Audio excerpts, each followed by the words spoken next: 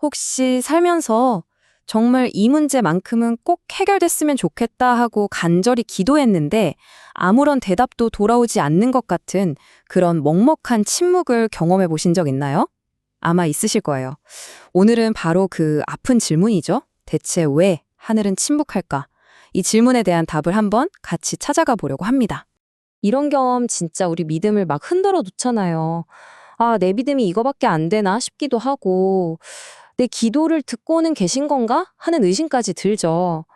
근데요, 이거 절대로 여러분 혼자만 겪는 고민이 아니에요. 정말 많은 사람들이 믿음의 여정에서 똑같이 부딪히는 아주 현실적인, 뭐랄까, 거대한 벽 같은 질문이거든요.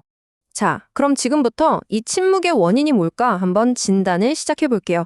마치 의사가 증상을 보고 병의 뿌리를 찾아가듯이 말이죠. 우리 기도가 왜 하늘에 닿지 못하고 있는 건지, 그 길을 가로막고 있는 게 대체 뭔지 하나씩 차근차근 짚어보겠습니다. 성경을 보면요. 사실 기도에 대한 진짜 놀라운 약속들로 가득하거든요. 구하는 건 뭐든지 다 받을 거다. 내게 부르짖으면 내가 응답하겠다. 이런 구절들을 읽으면 막 희망이 솟구치잖아요? 그쵸? 근데 여기서 딱 질문이 생기는 거예요. 이렇게 분명한 약속이 있는데 왜 우리가 겪는 현실은 이렇게 다를까요? 바로 이 지점이에요. 저 하늘의 약속이랑 우리가 땅에서 겪는 이 경험 사이에 이 크고 깊은 간극. 대체 뭐가 이 간극을 만드는 걸까요? 자, 이제부터 그 원인이 될 만한 몇 가지 장벽들을 본격적으로 한번 들여다보겠습니다. 첫 번째 진단은요, 바로 우리 자신, 우리 내면을 향합니다. 오늘 우리가 살펴볼 내용에서 지적하는 가장 근본적인 두 가지 장벽이 있어요. 그게 뭐냐면 바로 해결되지 않은 죄 문제, 그리고 기도의 방향을 결정하는 동기의 문제입니다. 이 구절이 정말 중요한 걸 알려주는데요. 죄라는 게 그냥 우리가 잘못했네, 벌 받겠다 이런 차원의 문제가 아니라는 거예요. 여기서 죄는요, 하나님과 우리 사이의 소통을 아예 막아버리는 말 그대로 물리적인 장벽처럼 그려져요. 뭐랄까, 와이파이 신호를 가로막는 두꺼운 콘크리트 벽처럼요. 관계 자체가 끊어져 버린다는 뜻이죠. 이 비유를 한번 들어보시면 개념이 확 와닿으실 거예요. 한번 상상해 보세요.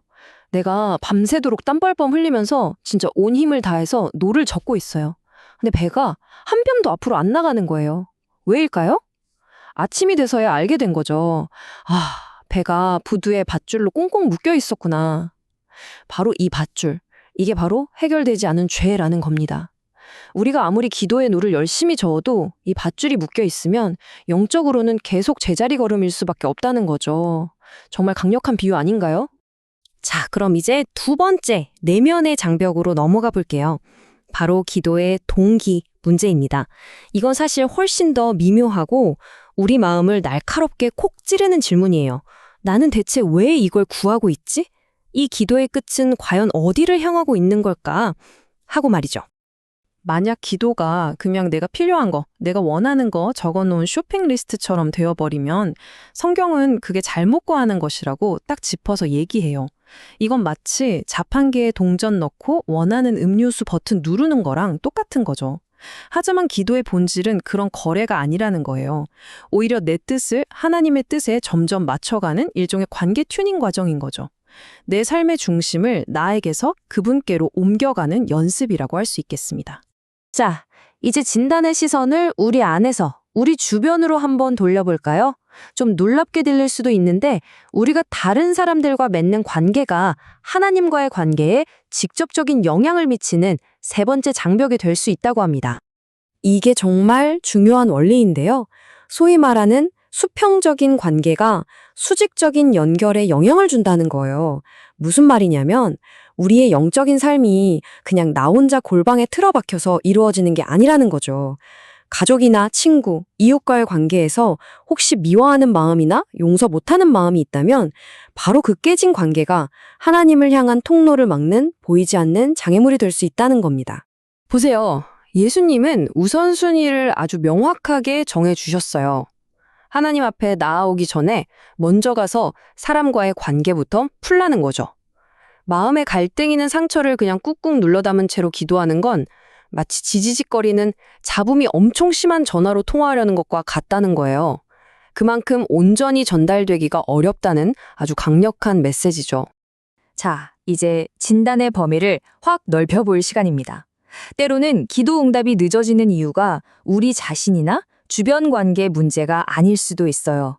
바로 눈에 보이지 않는 영적인 차원, 그리고 우리가 다 이해할 수 없는 하나님의 시간표 때문일 수 있다는 겁니다.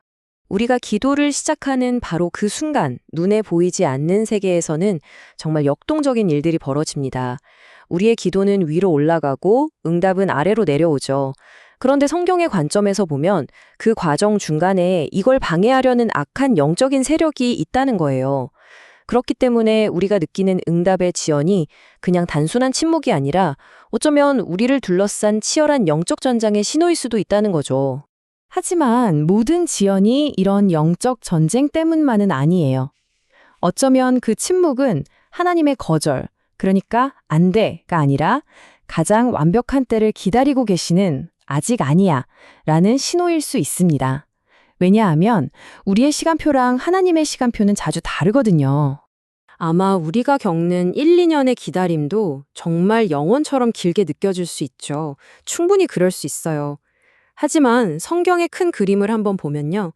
하나님의 계획은 때로는 70년, 심지어 400년이라는 어마어마한 시간 속에서 이루어지기도 했어요. 이런 관점에서 보면 지금 내가 겪는 이 답답한 기다림도 사실은 내가 다 이해하지 못하는 훨씬 더 크고 완전한 그림의 아주 작은 한 조각일 수 있다는 거죠. 자, 그럼 지금까지 우리가 살펴본 진단들을 한번 종합해 볼까요?